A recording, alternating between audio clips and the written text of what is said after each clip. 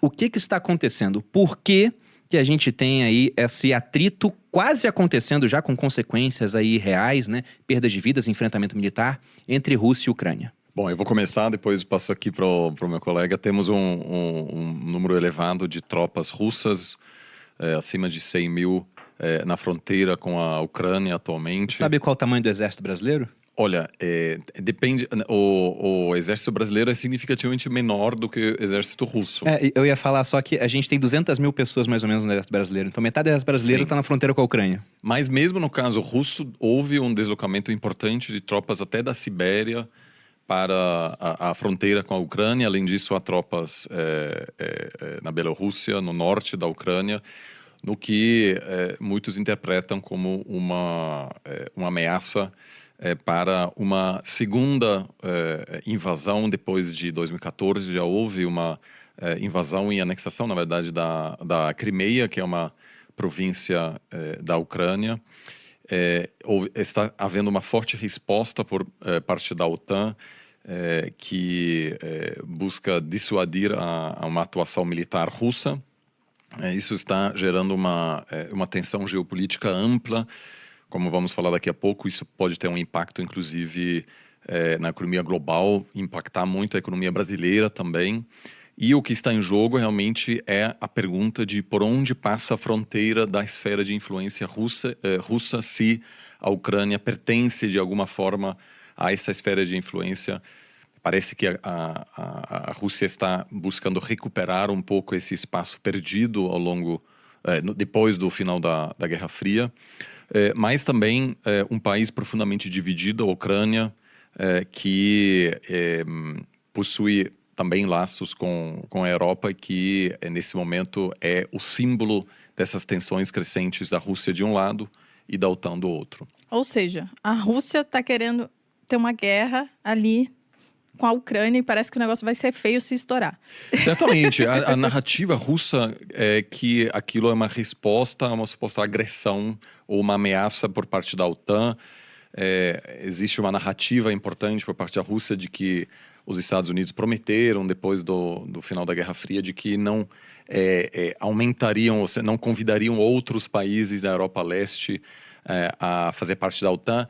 Essa história não é bem assim, é um pouco mais difícil.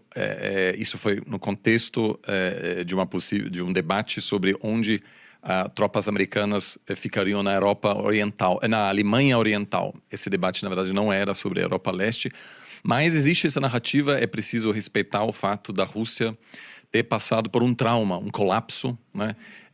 O Putin, durante o fim da Guerra Fria, no momento em que o muro de Berlim caiu, e o Ocidente estava, enfim, celebrando aquele momento, o Putin foi espião em Dresden, uma cidade na Alemanha Oriental. E para ele isso foi realmente um trauma que marcou muito a vida dele. Ele depois voltou para a Rússia e iniciou sua carreira política. Mas para ele, claramente, é preciso reverter essa transição da Rússia de uma potência global para um país profundamente fragilizado, sem capacidade de se projetar. E o que a gente está vendo agora, no fundo, é uma tentativa de resgatar esse espaço perdido. Na sua opinião, Nani? Acho que o Oliver fez um belo resumo aí do que está acontecendo hoje. Eu quero tratar ou trazer um pouco do dilema do posicionamento, das interpretações, das percepções e narrativas. Então, do lado russo, o Putin está dizendo o seguinte: estão tirando o meu espaço de influência e eu me sinto ameaçado. E a ameaça não é só por uma percepção política do Putin, mas é uma ameaça real, geográfica. E aí a gente tem que olhar um pouco para trás na história do que é o território russo e a geografia, como que nasceu o Estado russo, como que nasceu esse povo e de onde eles estavam localizados. Eles estão localizados num lugar plano, uma grandíssima planície, né, que são os steppes da Eurásia, que é uma área muito fácil de você trafegar, transitar. E isso cria uma vulnerabilidade. De invadir também. Você não tem barreira natural, então todo mundo chega até você e te ataca. E os russos sofriam com a sua existência nesse nascimento original desse lugar ali, onde está Moscou, que era o Principado de Moscov, primeiro com uma rota de invasão que vinha da Ásia Central, que era dos mongóis. E a segunda rota vinha do norte da planície europeia, que é uma região que começa na França, passa por Holanda, Alemanha, Polônia, Ucrânia e Bielorrússia e chega dentro da Rússia. E os russos foram atacados historicamente ali pelos franceses, pelos alemães, pelos suecos, pelos turcos, não exatamente por ali, mas também por baixo. Então, eles se sentem ameaçados. E ok, essa ameaça é real. Mas o outro lado da história é que, para eles lidarem com esse problema geográfico e geopolítico, ele simplesmente criou uma dominação e um império, seja o Império Russo, ou seja a União Soviética, aonde eu vou avançando territórios, conquistando povos e dominando esses povos.